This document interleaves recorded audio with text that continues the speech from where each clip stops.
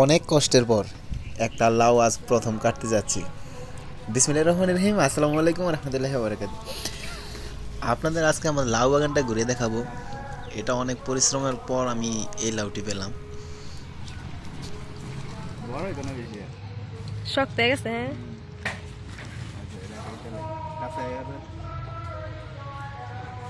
তো এখন আমি লাউটি কাটবো। আসলে লাউটি অত বড় হয়নি, তো আমি চিন্তা করলাম যে আসলে কচি লাউ খাবো, সেই জন্য আসলে কেটে ফেলা।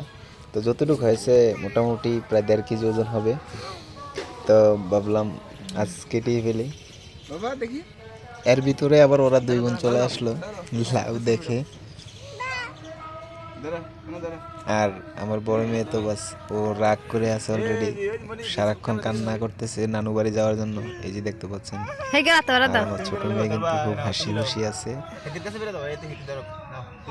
তো সব মিলিয়ে আলহামদুলিল্লাহ এ প্রথম লাউ কাটলাম, কিন্তু পরবর্তীতে আপনাদের দেখিয়ে দেবো আমার শসা, ক্ষীরা, এসে টমেটো, কালা বেগুন, মিষ্টি কুমড়া, কাঁচামরিচ, করলা, যাওয়ালা যা লাউ তুমি নিবা তো আছে। মানে আরও নতুন আমার লাউয়ের চারাও আছে।